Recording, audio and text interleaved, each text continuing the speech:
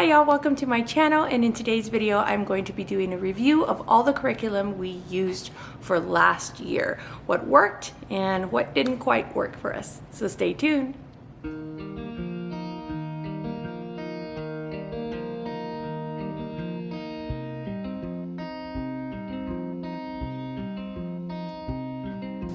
Okay, well, if you are new, welcome to my channel, Pursuing Peace. My name is Dina. I am a homeschooling mama of 5 kiddos, 12 and under. And on this channel, I share my passions for Christ, for homeschooling, and for encouraging mamas in their faith and in this amazing season of motherhood. So if you'd like to join me on this journey, click the subscribe button down below, and don't forget to click the little bell icon so you get notified whenever new videos pop up. And let's be friends, following me over on Instagram at Dina_Pursuing Peace. All right, you guys, well, I am excited to share with you what worked for us this year, what did not work for us this year. A lot of my videos are coming in a little bit later than normal, but I'm going to try to get them out to you guys as soon as I possibly can. And so I was trying to figure out how I would organize this video because I want to do all of my grades. I have a, well, these are all the grades that we just came out of. A kindergarten, 2nd grade, 4th grade, 5th grade, and 6th grade. So those are that's the curriculum I'm going to be reviewing for today. So I thought about doing it by grades, but I think I'm going to do it by subject because something like handwriting, I don't want to have to go through it all the time. So we're just going to go ahead and do it by subject. And I think I'm going to split this video into 2 videos where this video will be primarily about like their individual subjects. So handwriting, language arts, math, typing, you know, all of those things that they do on their own or they do it with me throughout the day. And then in my next video, I'll review like our family subjects, what we used for history, for science, for a family Bible, because there will be Bible in here, you'll see in just a bit, but like family Bible and stuff like that. So the first subject that I want to cover is Bible.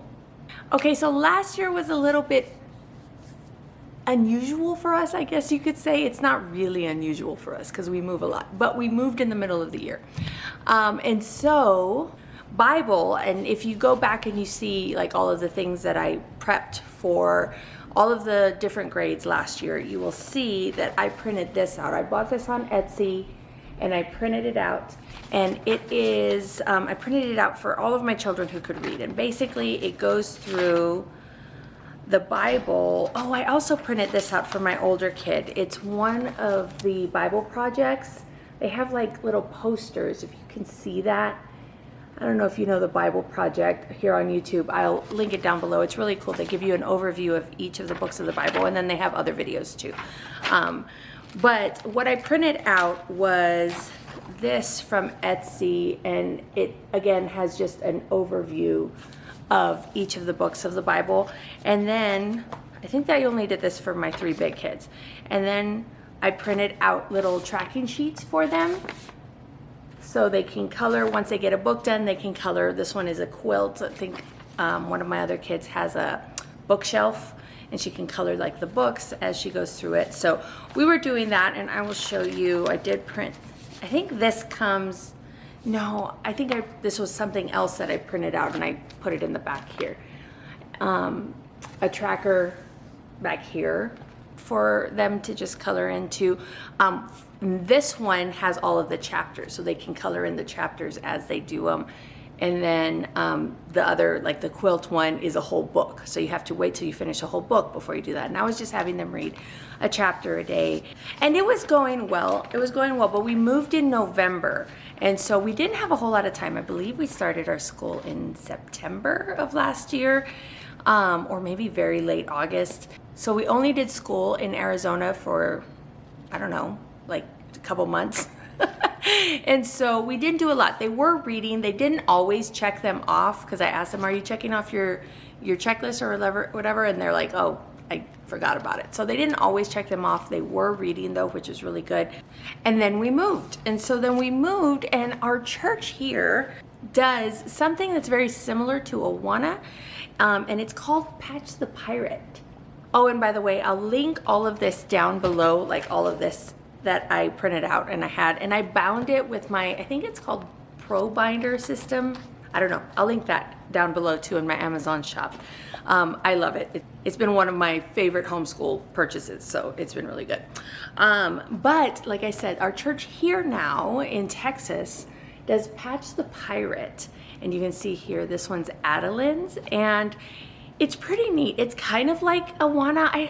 Honestly, guys, I didn't grow up with Awana. I had heard of it, but Patch the Pirate, they do it on Wednesday nights, and the kids go to it. So 1st grade through 6th grade, I believe, they go and they memorize scripture.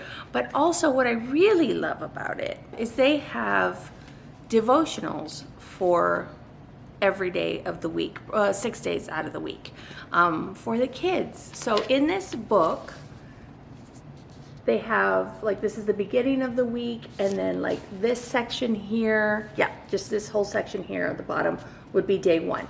So they'd look up the Bible verse, they'd fill it out, they'd fill in the blank, and then they'd have like a little devotional about that Bible verse, and then a little prayer time that they can do on their own at the end. And they have one for every day. So my kids ended up doing that for the most part for the rest of the school year. So from January till, I don't know, they just finished in May. And so we ended up using that. I mean, all of my kids did it. Each of my kids had a book except my very little one because she was in kindergarten. But I really did like it. It took some getting used to at first. We didn't know all the rules, and we didn't know, how everything worked. But once we figured it out, like, it was really, really good. And they have game night every 5 weeks. They perform in the service every 5 weeks, the songs and little skits that they've been working on. And I really, really did enjoy it. And so it's really neat because my kindergartner's moving up next year, and then my 6th grader has moved on. She's going to go now to the youth group in the church. And so it's been a really good thing because I really wanted them to be in scripture on their own every day. And so so it's been a good thing for them to do. And then also being able to see like other kids are doing this also. So it's been really cool. And that was for pretty much all of my kids, but my 6th grader at our church, when they move up to 7th grade, they're now in the youth group. And so they were allowing the 6th graders to participate in a Bible challenge. And I didn't think that Abigail, my oldest, wanted to do it, but she's the one that expressed interest in doing it when she first heard of it. And basically, I think it started in January. And the challenge is they read 3 chapters a day, but not only do they read that, but then they write like a little kind of a short paragraph about it. Just basically like, like if it was me, just taking notes, like how has God spoken to me in this scripture? Or what did I learn? Or what did I find interesting? Or, just getting them into the practice of taking notes. And I was like, at first I was like, man, 3 chapters a day, that's a lot. But she wanted to do it, and there's a prize at the end. They get a free trip to, I think it's YouthCon, I think it's what it's called. And, they get all expenses paid for that to go, as a youth group. And so that was pretty cool. And I was like, oh, okay. And so she wanted to do it. And she did it. And I mean, every once in a while I had to tell her, or ask her, did you finish? Did you catch up? Because they have to turn it in. Oh, this is so cool. They had to turn it in every week to their Sunday school teacher. And they had 2 grace periods. So there was 2 times in there that, whatever, if they were traveling, or I know one time we were traveling and we just didn't get it in. And it was a grace period. But for the most part, like, it was good, and she did it, and it was really cool. And it was really neat hearing like her insights and just like the questions that she had and yeah, so she's still doing it, and we're still going through it. I think it ends in June. So then once that ends, then we'll see what else the church has planned for them. Or if not, then we'll just go back to doing the, 1 chapter a day or whatever. I don't know, maybe she wants to do 3 chapters now. But trying to, I think she goes from Genesis to Psalms, I think is how it is. She reads like half of the Bible in half of the year. So it's been pretty cool seeing her rise up to the challenge for that. Okay, so the next subject is handwriting. And I have all of these handwriting books. So like I said, I have 5 kids. So we have levels K1, 4, 4, and 6. And like handwriting for us always works out. And I always want to try to switch it. You know how it gets. It's like, well, maybe if we do something different. And then we always end up coming back to this. So my kindergartner finished her handwriting book and she really enjoyed it. She really enjoyed it. She's my little girl that she loves to color and she loves to draw and write her name and do all of those things. So she really enjoyed it. And then my second grader was in level 1 and she finished level 1. I didn't start her on the next one. I usually do, but I didn't start her on the next one. I figure we can save that till the end or to the beginning of next year, kind of something new and fresh at the beginning of the next year. Level 4 was good, so we didn't have, maybe we did have a level 3. So she is halfway through level 4, I believe. Yeah, maybe not even halfway. I think we're only on page like 20, 29, 26, something like that. And there are 100 pages, 104 pages in level 4. 104. I wonder if that was on purpose. And again, this is my middle child. She really does like it too. Like, look at all the little drawings that she does. Oh, I think this is Bluey and Bingo. That's funny. They're flying a kite. Draw and color a kite. Yeah, I think that's Bluey and Bingo. That's so funny. I love Bluey, guys. Does anybody else love Bluey? Put a blue heart in the comments below if you love Bluey. Oh my gosh, I just love that so much. Sometimes I'll just sit there and watch it with the kids. Okay, so level 4 worked for us, and then my boy, he's in level 4 too, and he's about halfway through. He is very good about doing 1 page a day, 1 page a day. Well, if I give it to him 1 page a day, because I will do, one day we'll do handwriting, one day we'll do typing, handwriting, typing, so we switch back and forth, but he's very good about it. Write your name and 3 family members' names on the lines in cursive. Oh, and he wrote all the men. Look. So we have Solomon, and then David is his dad, my husband, and then Joe is my dad, and Martin is my husband's dad. Oh, that's so sweet. He wrote all the men's names.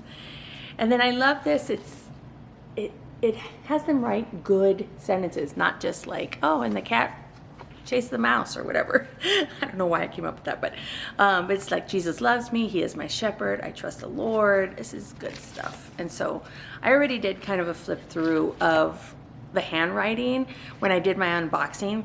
I'll leave that link down below if you want to get really deep into the handwriting. It's really, really great. And level 3 is when they start cursive. And so all these level 4s and this level 6 is already pretty well into cursive. Level 4 is still, like you saw, the letters are still big. They're still learning the shapes of the letters. But by the time you get to level 6, like, look, you're doing it pretty well on your own. There's no guides. And this is my 6th grader. So handwriting works for her. I didn't have her do handwriting every day because she already wrote a lot with her language arts and different things like that. If there was anything that we were going to skip that day, it was going to be handwriting because she already kind of does it all the time. So yes, so the good and the beautiful, all of them, it worked for us. At some point, I believe it was last summer, we tried, I think it was from Memoria Press, their cursive handwriting. Oh gosh, I can't remember what it's called. But we tried that because one of my smaller girls showed an interest in learning cursive. So I wanted to show her how to do that, but I didn't want to push her to level 3 yet. And so I looked for something for cursive, and it was good and it was fine. But I don't know. I'm sure it works for plenty of families, but not even that it didn't work for us, the Memorial Press one, but that the Good and the Beautiful just worked better for us. And so yeah, so that's the handwriting. Okay, my next subject that I want to cover is language arts. So we use the Good and the Beautiful for my kindergartner and my 2nd grader. I keep forgetting what grade she's in. Oh, my 2nd grader. And so for my kindergartner, we started with the Good and the Beautiful's Kinder Prep. And guys, I love Kinder Prep. It is one of my favorites. I couldn't find it because we were done with it, and so I put it in the garage, you know, in a safe place. And it's gone. So I couldn't find it, but I will put a picture of it right here so that way you can see it. And I do have a whole video flipping through it if you would like to see it. But the kindergarten prep is where they start to blend sounds together.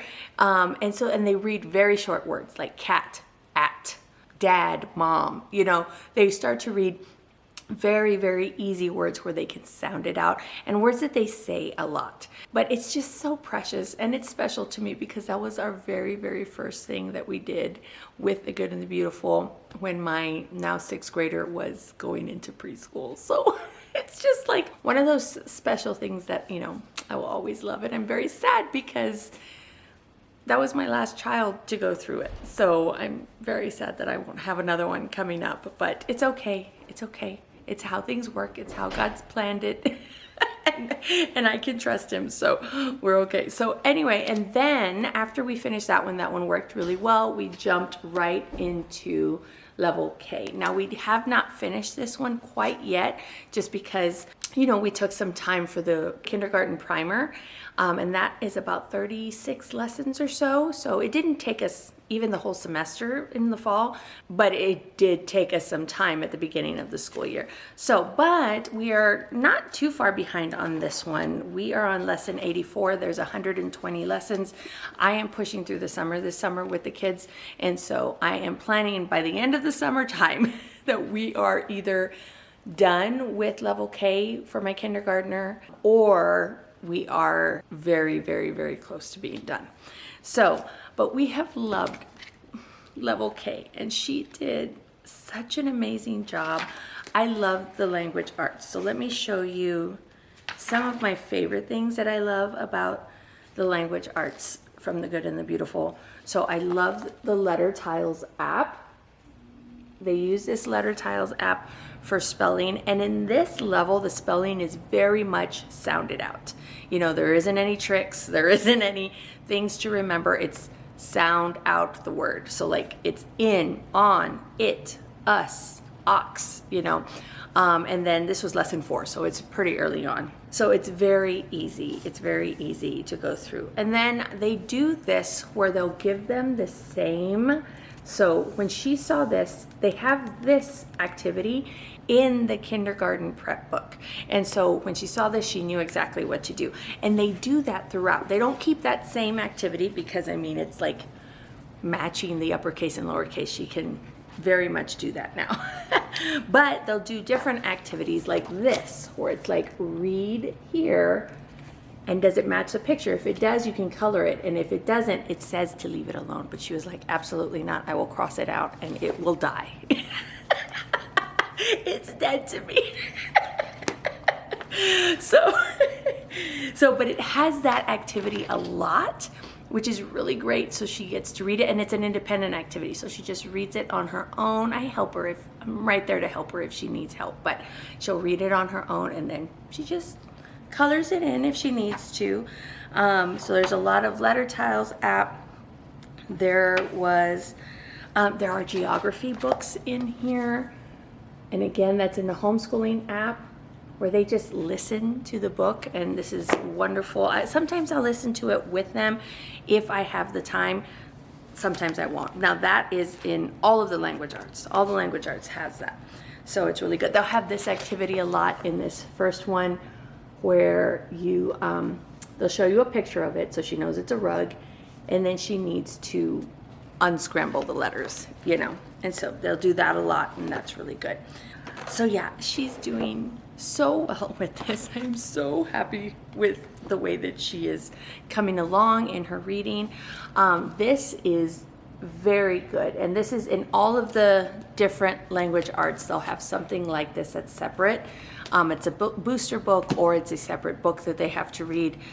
For this one, this is where they learn all of the phonics. So for instance, right now, I have this little tab here. Right now, we're learning these sight words. So she just goes through, and every day we take 10 minutes. It used to be 5 minutes, but I've noticed they need a little bit more time, and so we'll take 10 minutes and we'll just go through this book. She reads that, and then Like here, she learned what SH says, and she'll go through and we'll read all of those. And then this is one of my absolute favorite things that The Good and the Beautiful does. It's these reading pyramids. Where she'll read it and then reread it and reread it all the way down here. And then at the end down here, it tells you to read the little book. So this one is book 15, and right now she's reading this one, Dash and I. And it's just, see, it's just so good. And it works on the phonic principles that they are learning in the booster books. So I really do like it. I have taught them to read using The Good and the Beautiful, and I get asked a lot, or I see this question come out a lot, is The Good and the Beautiful enough? And oh my gosh, it so is. We've done it. And there's been times when we've had to take it slower, you know, and maybe stop for a little bit, read some of the booster books, or before we did, when my boy was going through it, we did the beginner books that The Good and the Beautiful had, and we just practiced those over and over and over again until he got comfortable, and then we kept going in the course book. So there's different things like that. You can slow it down if you need to. That was for my kindergartner. I want to show you my second graders. So my second grader, she is more of a struggling reader. She's doing so well though. Like from last year to right now, I have just been so proud of her and just so excited to see how fast she's starting to read. And this is where we're at. We're on lesson 95 of her language arts, and they taught her about, it's not sneaky E. Sneaky E is the silent E. This is softy E with the C and the G, where they make their soft sounds. So she's learning about that. She's learning about compound words. They're already starting to do like verbs and nouns and all of that. And again, I said she's in second grade, but this is level 1, and we are just taking it how the good Lord intended it. Just we are just taking it one day at a time, and she is doing so well. And there were, I mean, I'm not gonna lie, there was a few times in there, like throughout this year and last year, where I was like, oh man, is this gonna work? Do I need to change it? You know, what do I need to do? And every time I prayed about it and thought about it, I was just like, no, we just need to keep going. I need to trust the process, and we just need to keep going. And we did, and it's just, at some point it just clicked, and I could tell like, okay, now she can read this, you know, and at some point I'm waiting for it to click again, where now it just goes up to the next level of her reading. And so it's really good. We love The Good and the Beautiful. And oh, I didn't show you this. I do have them read, because in The Good and the Beautiful it says have them read, like depending on the level. For my kindergarten, I believe it's like 10 minutes. Have them read for 10 minutes, you know, extra time. And so what I have her reading are these books. They are from The Good and the Beautiful. They're little kindergarten books. And depending on where she's at, like right now, she can only read book 1 and 2, just depending on where she is in the booster books, in these books, you know, and what phonics she's already learned. Like 2 weeks ago, she couldn't have read a word that had SH in it because she didn't know that it says sh, you know? So, but now she can. So she can bump up to the next book or whatever. So these are really cute. They're just little books, and they're just meant to not only give them practice, but as you can tell, they're easy. Not only give them practice, but to also just kind of give them confidence in their reading. And so we just set her a reading timer for 10 minutes, and she picks one of these, whichever one or two that she wants to do. And The Good and the Beautiful has several different sets of these. So it's not like the same book set she's reading over and over and over all year long. I think they have 3 different sets, and we have all of them. So she can pick whichever set she wants, and she can read books 1 and 2 for right now. I believe she's going to go into the third one pretty soon. Maybe she's already in the third one, because we're already on lesson 84. I don't know, but I'm going to have to look at that. For the kindergarten, you also have these readers. She tends to gravitate towards the other ones, but she can read these. Now that I look at them, she can read these, my kindergartner. Yeah, I should have her read these. But my second grader really loves these too. And here's my second readers. So there's a book of poetry and then a nature reader. And She likes these too. There's another one with a chicken. Isn't there one with a chicken? I think there's another one with a chicken. No, I think it's like a dog. It's a dog?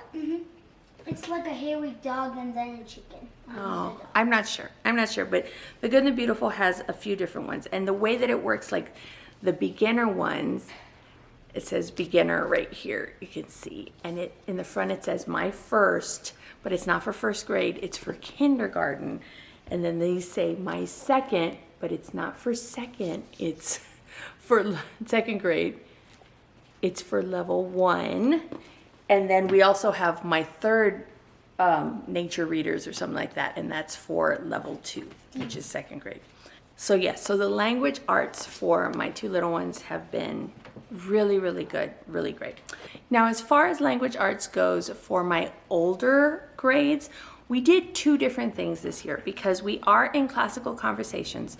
And so once they get into 4th grade, so I had a 4th grader, 5th grader, and 6th grader. From 4th through 6th, they go into the next level, which is called the Essentials program. And that is very grammar heavy. So it is language arts. And so we did that for the a good chunk of the year. But then in the middle of it too, we kind of did the other the Good and the Beautiful language arts because I wanted them to kind of keep going, and it tends to be easier for them than the Essentials one. So I just kind of wanted to have their brains keep working on what are nouns, pronouns, verbs, adverbs, adjectives, all of the different things, sentence diagramming, writing, all of the different things that we have. So I did, if you saw this, I did unbox level 5 and level 4 from the Good and the Beautiful in my Good and Beautiful unboxing, which was to you only a few weeks ago, but to me it was a couple of months ago. And we have been working on these. I did have them started because I wanted to see and check it out, how it worked. And we weren't doing our Essentials program anymore because our CC co-op finished for the year. So I wanted to kind of see how it is. And this one is my boys, and he's very good about doing his lessons every day. And at first, honestly guys, he gave me a little bit of trouble. Or he gave me a little bit of pushback, which is totally understandable of not wanting to do this because you've just finished the Essentials program. But after doing it, and it was something new. The way that this is structured compared to their old language arts is very different. And so it was a learning curve for him and a learning curve for me. I didn't quite understand it. But once we got going and once we got into the groove of it, it was fine and it was good. And I really do like it. If we weren't doing Essentials, we would definitely be doing this one. They have hymn studies in here, guys. I didn't realize that until he was doing it. Like this one, it's Count Your Blessings, and they talk about the hymns, and they talk about like writing in that kind of meter, I guess. So he had to write like his own hymn, and it's got geography, vocabulary words. It has sentence diagramming, which we did a lot of in Essentials, so he could do that no problem. And it has the spelling, so we do the spelling online now, which is good, and I think it's okay. I do still like our old spelling that we used throughout the year, and I'll show you what it is here in just a bit. But the spelling was good. Punctuation, just like learning all of those punctuations again. There are some things in CC that they don't really focus on, like contractions. They don't focus on contractions very much. So it was nice to have that here. There was also something else. We do editing in CC, but there was something else they covered in here. Oh, just like idioms and symbolism. We talk about that in CC, but like it's not like something, I don't know, it's not super focused on. And so, but I think it will be focused on in later years too. He can basically do this all on his own. So level 5, I know, and I believe level 4 because my 4th grader is doing it on her own. They can pretty much do it on their own once you show them where to go. So like they have to use the laptop for this one. And once you show them, okay, this is spelling, okay, this is my flashcards that are, I really do like the flashcards too. And I like that they're not actually cards. I didn't know how I was gonna feel about them because I do like having something, but the flashcards, I was so hard to keep track of them. I do like that they are on the computer now and they can just figure those out. And they started out with the states, at least he was doing the states for the flashcards, and I really liked them. And now I think he's doing countries. This is kind of bittersweet because we're gonna keep doing this, you know, kind of throughout the summer. But then once CC starts, I can't have them do both. At least I don't think I can. I don't think I can. But he's actually like reading these books too. So they assign books, and this is the second one that he's read, and he finished the first one and he kind of liked it, you know, and I'm like, oh, nice. That's sweet. And he read it on his own, you know. And this is the next one, and they ask questions in the course book about the book, and they do have different writing assignments that I don't always have him do because, again, with the Essentials program, it's very grammar heavy and writing heavy because we use IEW for that one. So I'm like, and writing isn't something that just comes naturally to him, like it doesn't come naturally to me. And so I'm like, no, you don't have to do that. We will just wait until we do CC again, and we'll go through all of that writing all over again. So my oldest, as far as language arts goes with the Good and the Beautiful, she is always one step ahead of their updates, if that makes sense. So when they came out with 4th grade, she was in 5th grade. When they came out with 5th grade, she was in 6th grade. You know what I mean? So this is like the older language arts, level 6. I know they're about to come out with level 6 and level 7, so that's kind of cool. But guys, there is something about the older Good and the Beautiful language arts that I don't want to say the Good and the Beautiful needs to switch it all back. But there was something simple and beautiful about their older language arts that I appreciate, and I don't know if they can find a middle ground, because I really do like this one. I don't know what level 6 is going to be like, but what we have done so far in this one, because we didn't, like I said, we didn't do it throughout the year, we just started using it. What I do like, so every day they're doing spelling, and the way that the spelling works, so we're not doing phonetic zoo over the summer, but we saw this and we're like, yeah, we can do this. The way spelling works is I dictate sentences to them. So every day I dictate a sentence. So 2 or 3 sentences that she writes down, and whatever words she misspells there, then I write it in the front. I'll write them here, and then every day we go through those too. So there's something very simple about that I don't need a spelling program. I don't need any of that, you know, like, and the dictating of the sentences. Now, we do that in CC. So again, I'm probably not going to use this past the summer, but like there was something very simple about that. And just dictating sentences, spelling the words over and over that she couldn't spell, and then reading chapter books, talking about grammar, you know, it seems very simple. I don't know, guys, and I hate it because if you look at my old videos, you know, I critique the older stuff pretty, not heavily, because I've always liked it. But some of their new stuff, well, again, I just said that I really liked it, right? And I do. I like the way they do certain things. But there's something, as I was looking through this and we were doing this one, I was like, this just seems so, I don't know. What's the word that I'm looking for? I keep saying simple, but it's not intentional. I don't know. It just seems like it's productive, but in a very not flashy sort of way. And I really do like that. So their language arts, their older one, but every once in a while, so I'll read the sentences. See, here's 3.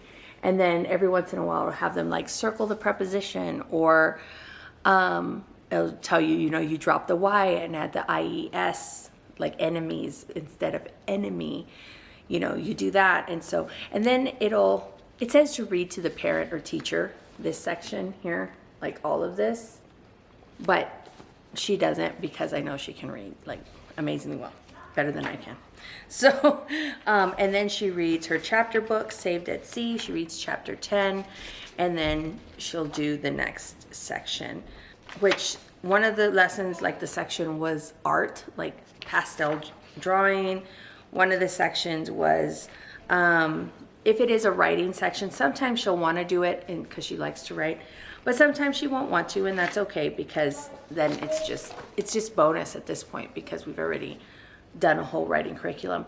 And then there's like proper nouns and editing and stuff like that. And so it was simple. And I did like, because my boy was doing language arts level 4 throughout the year whenever we take breaks, and that one seemed simple too, and just easy. And I did like that one too. And this one was a little bit of a learning curve, but again, I like both. I like both, guys. I don't know which one I like better. Maybe it just depends on the student, because I feel like the simple might not work for all of my kids. So I don't know. So speaking of CC, I wanted to kind of show you a little bit of what we do. This is not their curriculum, but this is something that it's basically just how to organize the CC curriculum. But I can show you in here what the kids did every day throughout the week, and then what they were learning. So this is Abigail's. This is my oldest Essentials notebook. Now, we created this using Canva AI. She created this cover, but everything on the inside is a copy of what CC gives us in the Essentials guide for the students. So we do charts where they have to memorize different things. So this is chart A, and they memorize, like up here, it says 4 structures of a sentence. It's simple, compound, complex, complex. And right here, this is just memorizing, because there's songs that go to all of these things. Like, these are sentence patterns. This is 8 parts of speech. This is 5 parts of a sentence. You can see here, trying to not get the glare. This is the purposes of a sentence, so declarative, exclamatory, interrogative, imperative. So for the most part at the beginning, they're just memorizing it. But then throughout the year, they realize, oh, I see, this is like helping me diagram sentences. Oh, I see, this is helping me see what the subject is, or this is helping me see, okay, if it's a simple sentence, what does it need to have? If it's a compound sentence, what does it need to have, and how do I diagram it? And so it's really cool. And I like CC how they do that, where it's ingrained in their brains before they even understand the context of it. It's ingrained in there, and then once they start to see, oh, that's what that means. That's what the S stands for. The S stands for subject, and then the VI stands for verb intransitive. And when I diagram the sentence, this is what it's going to look like. It's just going to need the subject and the verb, and now I can just plug in what I have. So, and I'll explain that a little bit more. And so throughout, there's a bunch of charts in here, guys. Like, I don't know. Chart A is the chart that we do a lot, and what they have them memorize a lot. But then we've got like chart L is prepositions. I know, and we memorize the prepositions in lot from before: about, above, across, after, against, along, amid. You know, we memorized all of that before. It talks about verbs, adjectives, compound, complex, verbals, which I didn't even know what that was, guys. And it's a chart, and it shows you how to diagram it. It shows you all of that. So they're studying it so that way when they come across it, then they're like, oh, I know what that is. Like, it was a really cool moment towards the end of the year when we were learning about infinitives, I want to say. Yeah, something like that. Infinitives, sure. And I was like, okay, guys, I'm going to help you diagram this because we haven't gone over this. But they were writing the charts. Okay, something about the charts that I forgot to tell you. So they're memorizing it, but on the next page is a blank chart where they fill it in. So they can just open their chart, and they have the chart here, and they're just copying it every day, copying it over, copying it over, copying it over. So they're not sitting there like just trying to memorize it, like they're actually writing it out. And sometimes we'll have songs to go along with those, so that way they can memorize it a little bit more easier, like with chart A. But sometimes it really is just copying it over. But anyway, so they had copied the chart for the infinitive. But then I went up to the board and I said, okay, Solomon, come put the subjects on the board. And so he did. Come put the verbs on the board. And then I had Abigail, my oldest, come and, I don't know, put something else on the board for the diagramming, for the sentence diagramming. And she knew exactly what to do, which the infinitives are wild. It's like this little man or something. It's like this little man. And you have to like, it's just wild. Like, look at this. I don't remember any of that. And I love sentence diagramming, but she knew exactly what to do. And I was so surprised. I was like, how do you know how to do that? And she said, well, I copied the chart. And so I knew how to do it in this sentence because you said that's what it was. And so I'm like, oh my gosh. That's so cool. I just love that. So we copied charts every day, and then we did editing every day. I wrote a sentence on the board. We did that all together because we started doing it separately, but it wasn't working separately, at least not for all of my kids. And so we started doing it on the board. So, I'd just say, okay, here's a sentence. What needs to be fixed? And then they'd raise their hand, and whoever raised their hand, I can give me one error, and I would go through and I would fix it. And it was fun. They actually really liked those, which is neat. The next thing that we did was this, it's called analytical tasks. And basically, so in the teacher's guide, it gives me the sentence that they need to copy over. So like, Jesus saved me and he loves me. And so I would dictate that to them and they had to write it down on here. And then we'd go through, okay, does it have a subject? Does it have a predicate? Do you have a beginning capital letter? Which sometimes we had to fix that. Do you have an end mark? Which sometimes we had to fix that. Does it make complete sense? What about spelling or capitalization, punctuation? Is there anything that's capitalized that doesn't need to be? At the beginning of the year, there was a lot of that. But towards the end, they were like, nope, we got it. So it was just this doing it over and over and over. I really do like that. And then down here, like what kind of structure? So this goes back to chart A. What kind of structure is it? Is it simple, complex, compound, or compound complex? What's the purpose of it? What's the pattern of it? And so they check mark all of that. And then we'd parse the sentence. Okay, so what's the verb?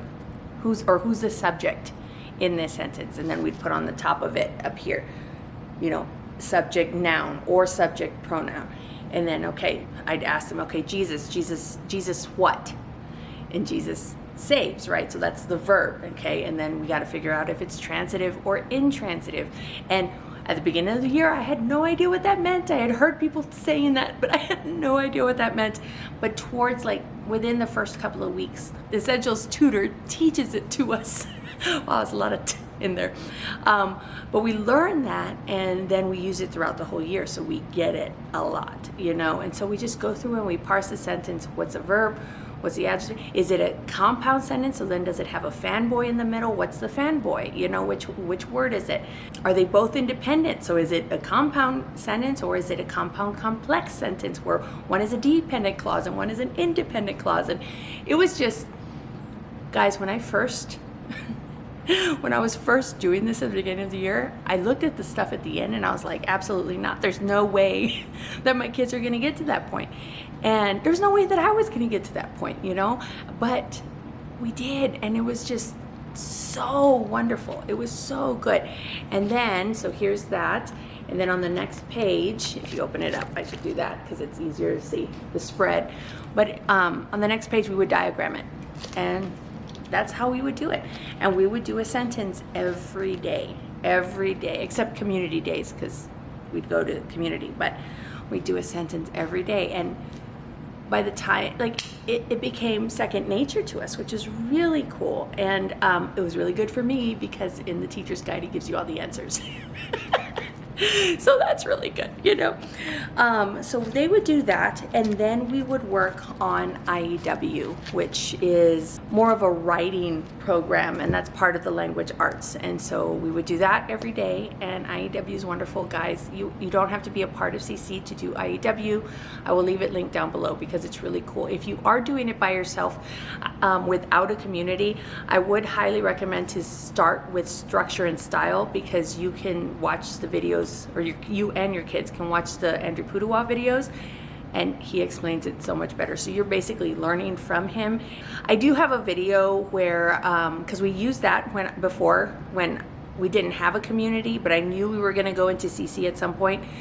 We did structure and style because I didn't know how to do essentials on my own, and so we did that, and it was really, really great. I'm so glad that we did that, because it helped me, even later on when we did have a community, it helped me to teach them the writing structure and style of IEW. So it was really, really cool.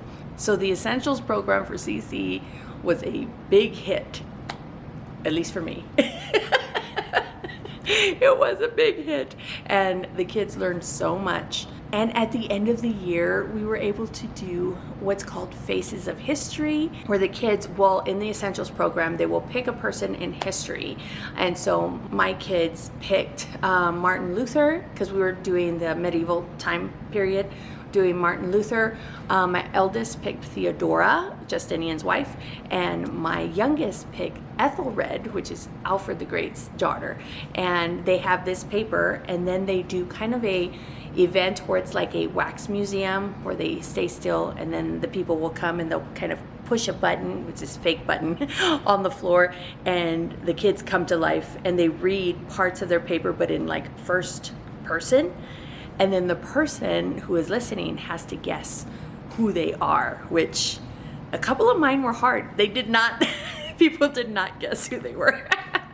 Martin Luther was fairly easy, which I love that he picked that person, because his life, Martin Luther's life, has impacted our lives so much. And so that was so much fun. My older child is not going to be in the Essentials program anymore. She's moving up to 7th grade, which is now in the Challenge program, and she's kind of bummed that she's not going to be able to do that another year. But my other two kids are excited for the next year for the Faces of History thing. So it was so good this year. We had a lot of fun.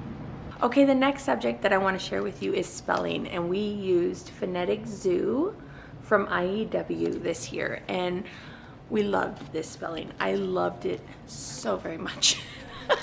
And I love that they could do it on their own. I could see improvement in all of my kids' spelling, but the one that I saw the most improvement it was my 6th grader. I don't know, all of a sudden in the middle of the year, she just could spell. And she couldn't spell before. It's kind of a complicated thing to explain, so I don't want to go through and explain how Phonetic Zoo works, but they can do it on their own. And I will link a video down below where I do go through and explain what it is and how it works, so you can see it. And basically, they have a notebook, so I just gave them a notebook, and every day they had to go through and listen to what the words were on audio, and then write them down, and then they also checked their work. And if they did it, I believe if they got it 2 or 3 times in a row in consecutive days, I don't know what the preposition is there, then they can move on to the next lesson. And so I thought it was really good, because it really, it focused on mastering those words. And do they still get those words wrong? Yes, they do. Like the I before E type of situation, which is, confusing to everybody, isn't it? The English language is just confusing on how to read it and how to write it. So I am happy where they're at. But she can spell so well. I was very, very pleased. So I do think that Phonetic Zoo had something to do with that. It just kind of triggered something. But I also think she's a really good reader. She knows when it's wrong. She might not know how to fix it all the time, but she can see it and she'd say okay, that doesn't look right because she's just read so much. And so I do think reading helps a lot with spelling, and Phonetic Zoo is one of the best spelling programs that I have seen, and I really do love it. And I love they can do their spelling on their own, which I'm still very much needed with my smaller ones, and with just different things like our essentials program and stuff. I very much need to do things with everybody still, and so I'm glad that this is something that they can do on their own and that it works really well. So yes, spelling is working for us with Phonetic Zoo. Okay, the next subject that I'm going to share about is typing. So typing, we've been using Type-C, and I will link it down below. And I've paid for, I believe it's 5 years. I believe it's a 5-year subscription. And all of my kids have been doing really well. We kind of went off of it a little bit in the summer, during the school year, because again, handwriting and typing are one of those that just kind of, if we don't have enough time during the day, those are the things that are going to go first, you know? And so sometimes those things went first, and sometimes they went away first a lot. But I realized towards the end of the year that, my kids really need to focus on typing a little bit more. So we've been doing it throughout the summer, and it's been really good. I've enjoyed it. Sometimes my little ones will go on there too and do a little typing, but for the most part, it's my 3 big ones, my 4th, 5th, and 6th grader. And it's cool. It's really good. They have little games. They can earn little animals. You know, it's pretty neat. And I have noticed, especially with my oldest again, that she's learning a lot more. Now, the Good and the Beautiful did today, as of today. Today is June 15th, 16th, 15th, 16th. So actually it came out yesterday. They came out with a typing program. So I'm interested to see what that's like, because my boy came to me at some point and after doing Type-C, and he said, well, I'm done typing. And I was like, okay, so you're done for the day? And he's like, no, I finished it. I was like, what do you mean you finished it? And he's like, well, I finished all the levels. And so I don't know what that means. I'm gonna have to go back and look at that, because he can type, but not like super fast. So I'm not sure how that works. So I was excited to hear that the Good and the Beautiful is coming out with a typing program, because I would like to use that, please. And it's very affordable. I saw it was like you could either pay $5 a month, or I think it was only like 30. Well, right now it's on sale, but I don't know if it'll be on sale once this video comes out. So go and check it out. I'll leave it linked down below. But I believe even without the sale, it was only like $30 something for the year for up to 6 kids, I believe. So I was like, man, that is super affordable. I'll pay you that right now. I got $30. So yeah, so I'm excited to see, because they always come up with beautiful things, you know. And so the Type-C is very, you know, just normal typing program, and so it's not very beautiful. It's very kid friendly, but it's not like gorgeous. And I like pretty things, so I want to check that out and see what that's like. But anyway, so, and my boy, what he did is he started just copying things. So he's like copying things, and he started typing on his own, because he finished the program. I'm not sure what that means. So yes, so anyway, but Type-C has been working for us really well. Okay, so now we're going to talk about math. Math, you guys, math. Math has always been such a thorn in my flesh. You know, like, oh my goodness. And I actually like math. I don't mind it so much. I was never good at it as a kid, but once I understood it, then I'm like, oh, okay, I get it now. I don't mind it, but trying to find a good math curriculum. And again, I will be honest, guys, the old Good and the Beautiful math was amazing. And I wish they wouldn't have changed it, but this is where we're at, right? And again, just like with the level 6 language arts and with all of the things like that, I don't dislike the math that the Good and the Beautiful has now. Actually, I really like it for the younger grades. So we have math level K, we have math 1, and then my older kids. So, but we are almost done with math level K, and I do really like it. It's simple, it's beautiful, teaches them what they need to learn. I like these little kind of review boxes that they have at the beginning of every lesson. It teaches them mental math, you know. The concepts, they don't go very deep, but at this level, like she's really learning at kindergarten, we're learning addition and subtraction. You know, we're not learning anything crazy. We're learning some time, like right here, like we're learning o'clock, and then I don't know if we even learn half of the hour. No, we don't. I don't think that's until level 1. We're learning how to write letters, or not letters, learning how to write numbers. We're learning money. We're learning numbers from 0 to 100 for the most part, but we will keep learning that in level 1 also. But sorting and coloring, ordinal numbers, place value, spatial awareness, 3D and 2D, objects. We're learning about the calendar, measuring in inches, but not really. We're really, at this point, we're tracing like 2 inches, which is, I don't know, kind of strange to me now that I have done other math curriculums that we're just tracing a 2-inch line, like, but it's okay. It's okay. A math lesson will usually take about 10 minutes, and she really does enjoy her math. She likes the different pictures and colors, and we're learning about patterns still and how to complete a pattern, and you know, just little kindergarten stuff. And it's fun, it's good, it's enough for this age range, right? So we're learning how to, I think they do a little bit of counting by 5s and counting by 10s. We do more of that later on. They focus a lot on doubles additions, which is really good. I like that. I have their flashcards with doubles addition, so we go through that sometimes when we do our morning time. I say sometimes because we do it during morning time, morning basket time. And I really like it. I do really like it. I like it. Now, level K, the old level K had a lot of moving parts in it, and that was hard sometimes, but I think it created a very good number sense. And I do kind of miss it. I do miss it. But I wouldn't use it if I didn't think it was good for my kid, right? So I like that one. And we are using level 1 from The Good and the Beautiful also for my 2nd grader. And we're almost done with this one.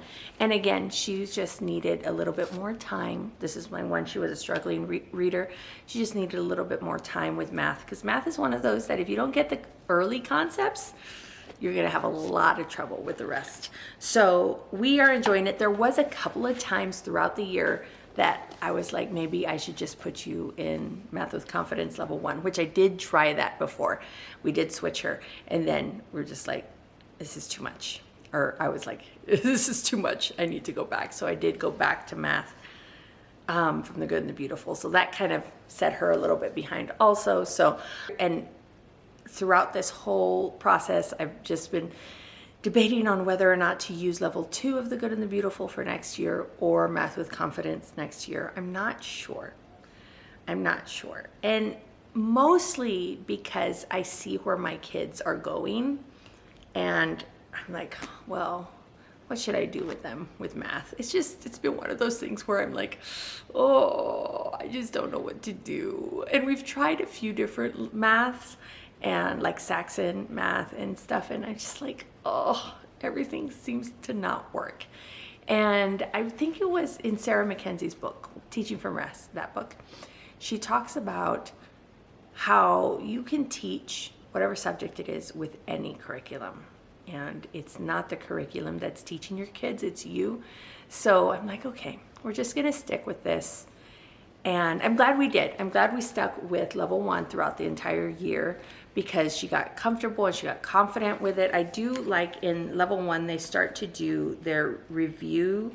They do have a little bit of independent work on their own in level K, but in level 1, they have like reviews where sometimes she can do this.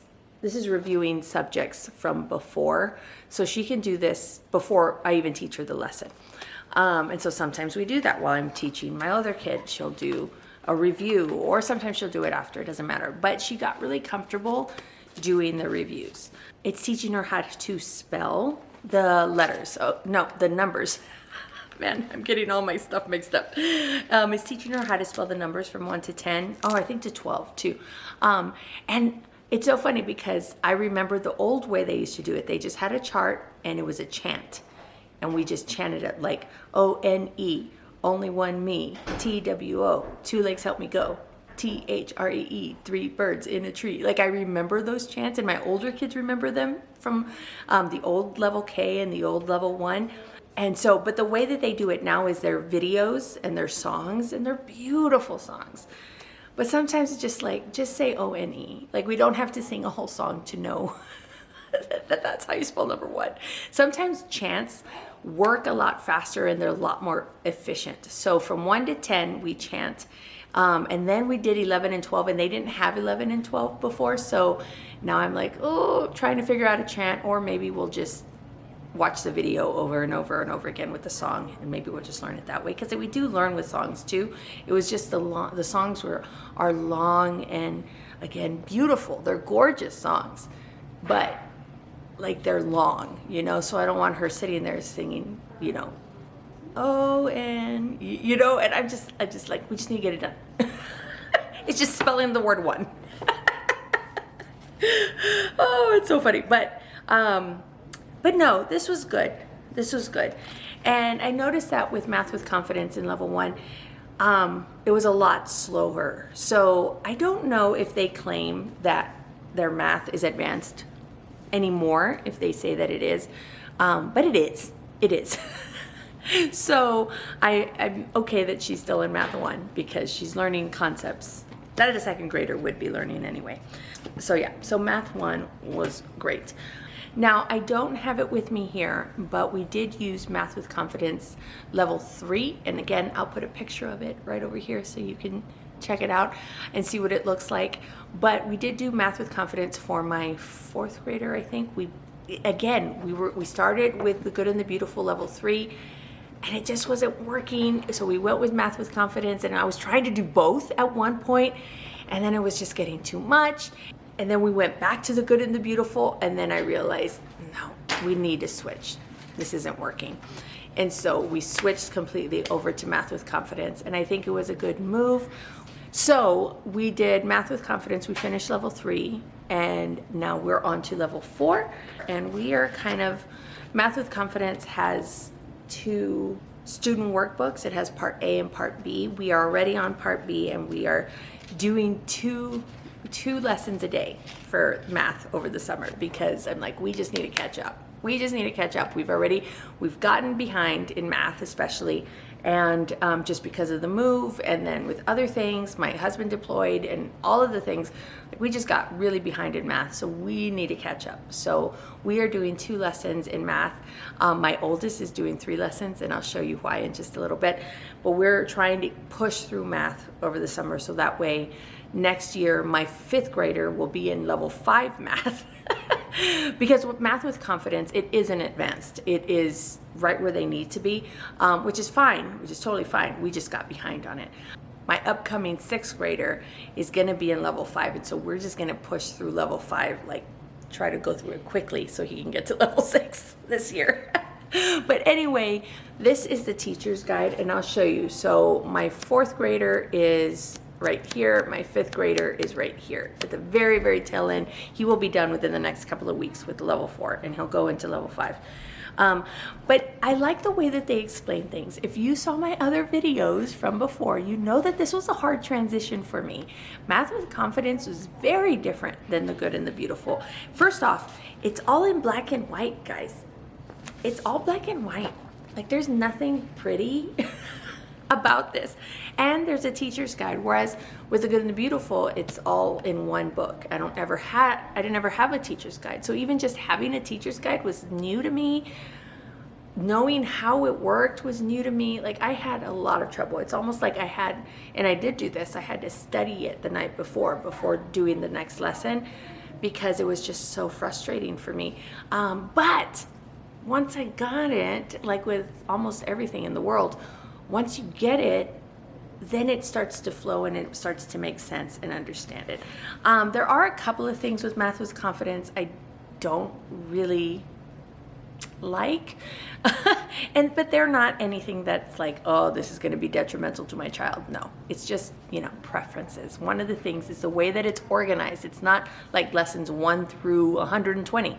It's like it's unit 1, and in unit 1 we have lesson 1.1 and 1.2 and 1.3 and 1.4, and then in unit 2 we have lesson 2.2, 2.3, 2.4, and it goes on like that all the way. There's 16 units. So the thing is, it makes it very hard to count, okay, how many lessons are actually in here? I don't know how many lessons are in this book. Because it's not like, oh, well, each unit has 5 lessons and then an optional lesson. That's not how it works. Each unit has a bunch of different lessons. And the idea is that they're mastering that. Not necessarily mastering it, because they'll come back to it at some point, like place value in large numbers for unit 2. Like that is coming back to that, from before. Or like mental division or area and perimeter, they come back to it a lot. They're just each time they come back to it, they're going deeper and deeper and deeper, which is good. I do like the way that it teaches. But again, the way that it's organized, it makes it very hard for me to understand, okay, how many lessons do we have left? Without having to, if you see there, I actually went through and counted how many lessons were in each unit, so I could see, okay, how am I going to plan this? Because at some point I was like, okay, we need to double up, right? And so I needed to plan, see, okay, if we do 2 lessons every day for 5 weeks, how many lessons is that? But I don't know how to count that in here. So I had to figure out first how many lessons. So the organization of it, and I'm sure it makes sense to somebody. I'm sure it does. I'm not saying that, well, these people are stupid for writing it this way. They're not. They're actually very smart people. But it just doesn't make sense to me, and it doesn't make sense as far as planning a school year. It doesn't make sense to me. But something else I didn't necessarily like about it, and I'm not sure exactly how to fix this, but so the answer key is in the back of each unit. So if I wanted to see the answer for a practice page in their student workbook, I have to find the answer key in that unit. Once we understood that, it was okay, but because it doesn't go off of page number, it is just more mentally it's more, it hurts my brain more, guys. that's really what I want to say. It hurts my brain more because I'm just doing so many different things with so many kids and doing all these different levels of math, and so I'm just having to think harder, and so it just hurts more. So I don't know if it would be better to have the answer key as a separate. That would kind of help with how bulky this book is, but I don't know if it'd help to have it separate or to have it all in the back of the book, and then I could just tab it, because I can't tab it because every week it changes. And so I don't know, guys.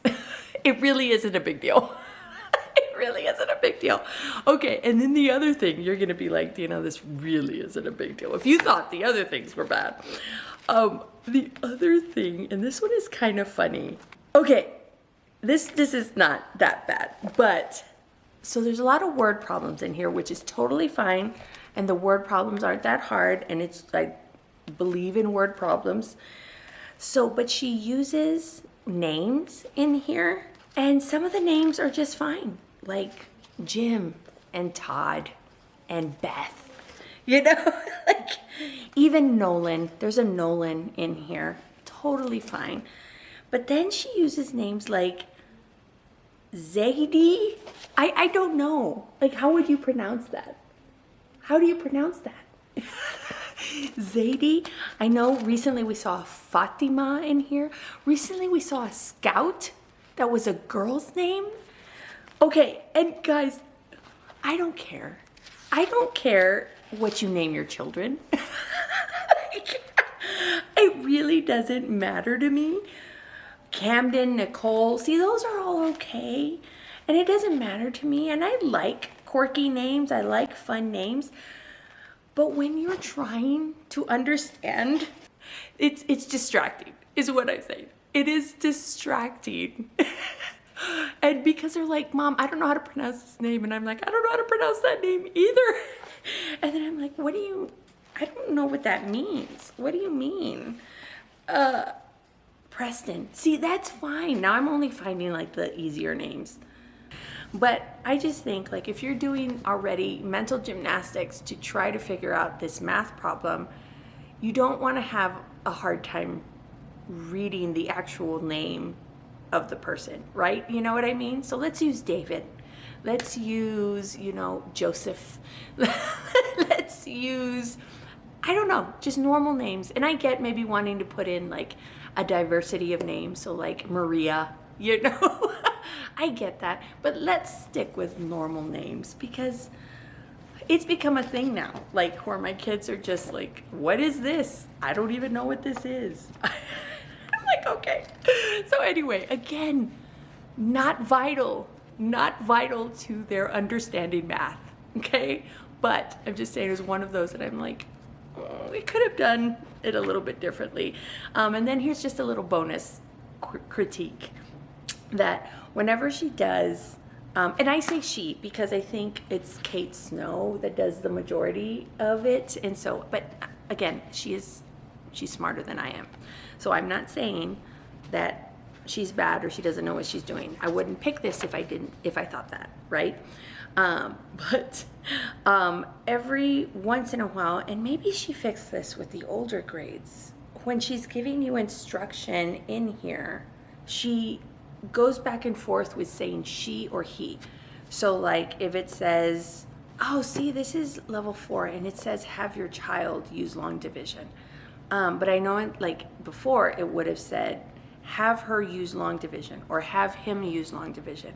It's okay, I don't care, but a lot of the times it was like opposite of what it was. So it's like it was if it said have her use long division, it would be my boy that I'm working with. So it just would, like I'm like, oh, him, I'm gonna have to say him. Just because you just want to use the right ones, right? And so it was just a funny thing. And so I'm looking at it now and I'm also doing level 5. Let me show you level 5. Doing level 5 with my older child. And this one is the one that's doing 3 grades. We did this whole book, guys. We did this whole book in like 2 months because we were doing 3 lessons a day. And the thing is, I was trying to figure out where she was. So sometimes we went super fast and sometimes we're like, oh, we missed that concept. We need to figure it out. So she was the one. I'm going to switch gears here a little bit from complaining about math with confidence. It really isn't a big deal. It really isn't a big deal. All of these things that I said, like these critiques, she could never change them and it doesn't affect the quality of the product. You know what I mean? So we started off this year with level 5. And if you've been with me for very long, my oldest was having trouble. We did level 4 all over again. We finally finished that. We did level 5 and she's the one that tried Saxon math and we've just tried different things. She just needed, I don't know what she needed, but she kept skipping. There were certain gaps in her knowledge of the math. She's really good at math, but there were little gaps in there. And I was like, oh, we really need to fill these gaps in. We really need to make sure that there are no gaps because when you start getting into algebra and like, you need all of this stuff. It's foundational. So I had this because I was ready and I was prepared to move on to level 5 with my next child. I had this and so I'm like, well, let's give this a shot. And we did. And she's doing really well. She's doing really well in it. And she's like, man, this is so much easier than the other one.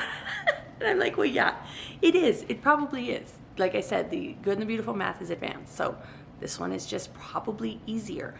But it explains the concepts of it better and more deeply than just explaining, okay, this is the formula that you're going to use to figure this out. I've caught it a few times where she's like, oh, that's why we do this. And she knew what to do, but she didn't know why we had to do it. And it also helps. So this is really, it is teacher intensive. So This is a teacher's guide. And so I have to do math with her now too, which I didn't have to do that with her before, but she was taking so long.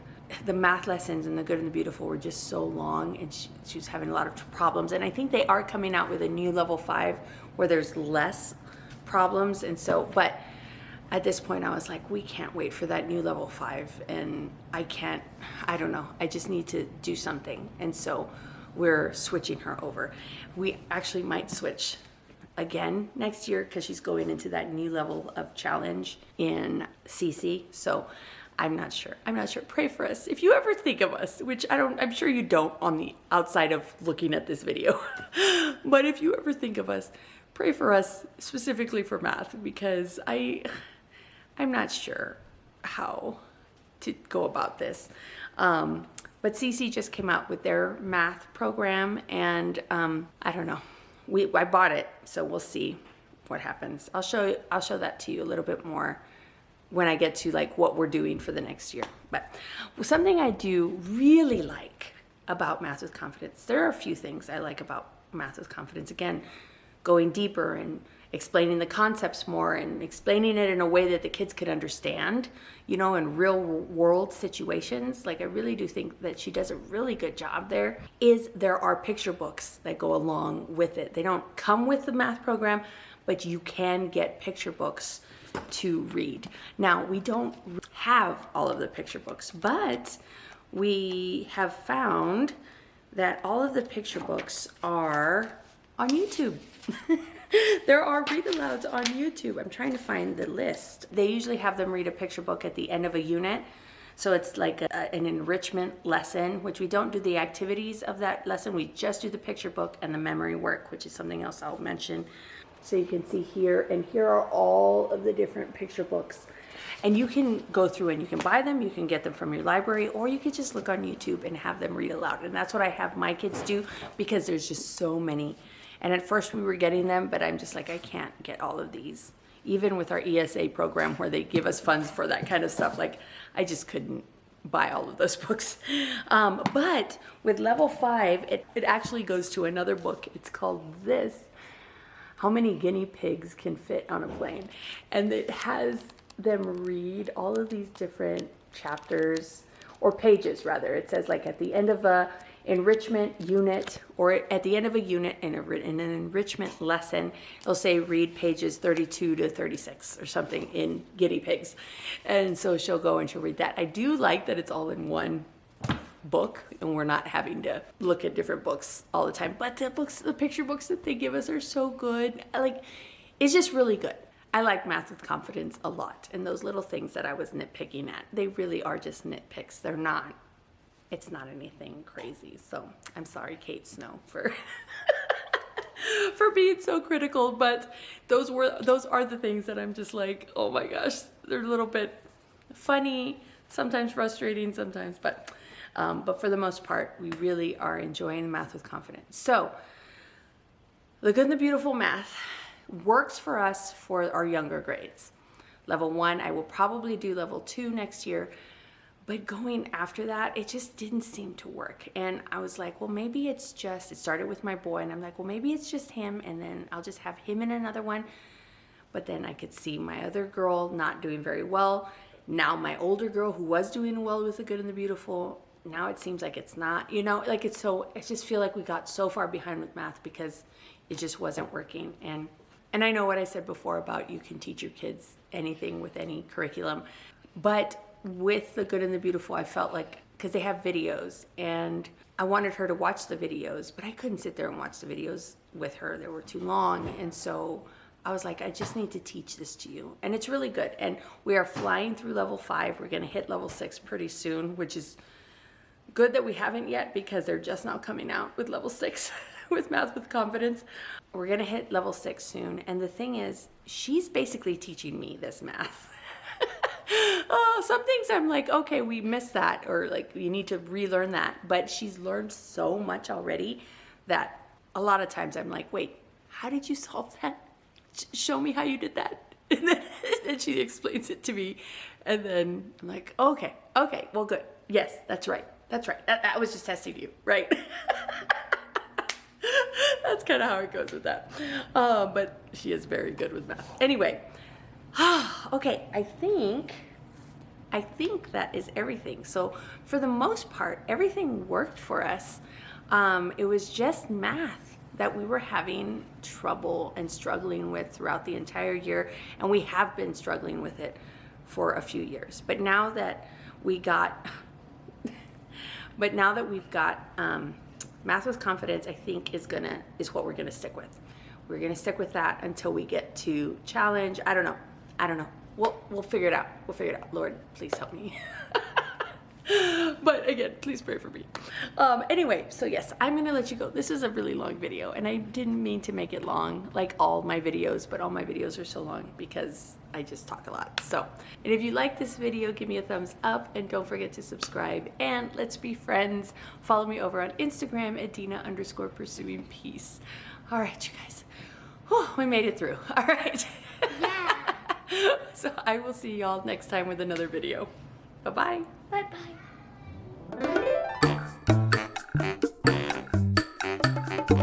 2024-2025 school year? No, what's the 20? Yeah.